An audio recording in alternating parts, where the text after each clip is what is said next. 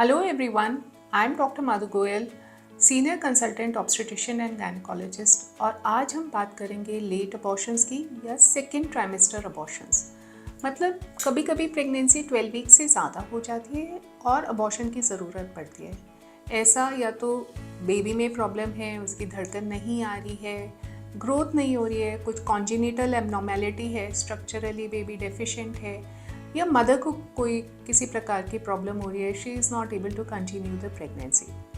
So whatever the reason, the Indian law allows termination up till 24 weeks of pregnancy.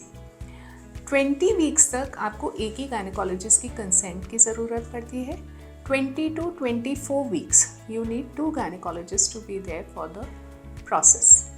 Now what is the difference between a first trimester and a second trimester? आपको याद होगा हमने पहले बात की थी first trimester abortion के बारे में, जिसमें हमने बताया था कि आप टैबलेट से कर सकते हैं, आप सर्जिकली DNC से कर सकते हैं। सेकेंड ट्राइमेस्टर में प्रेगनेंसी बड़ी हो जाती है, बच्चा बड़ा हो जाता है, तो इट इज़ नॉट पॉसिबल कि हम उसे टैबलेट से निकालें।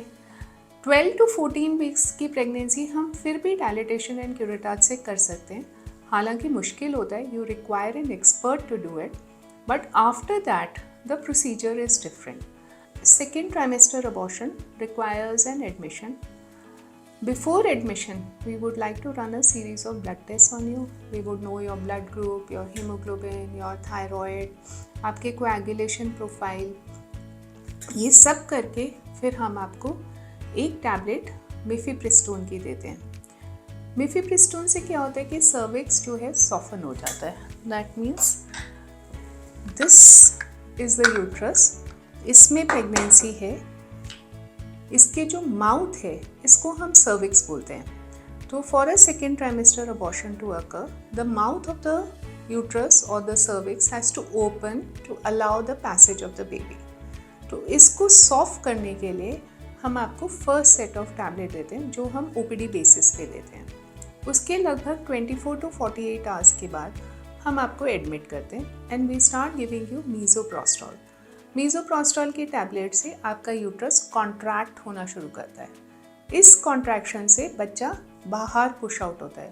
तो what we are trying to do is, जैसे नॉर्मल डिलीवरी में होता है, पेन आते हैं, डिलीवरी होती है, उसी तरह से सेकेंड ट्राइमेस्टर अबॉर्शन में हम चाहते हैं कि पेन आए और बच्चा खुद ब खुद बाहर निकले. जब बच्चा बाहर निकल जाता है, we may still end up doing dilatation and curettage. हम आपको OT में ले जाके under the guidance of ultrasound we see whether there is any piece, any product left, और अगर ज़रूरत पड़ती है तो फिर हम उसकी क्लीनिंग करते हैं.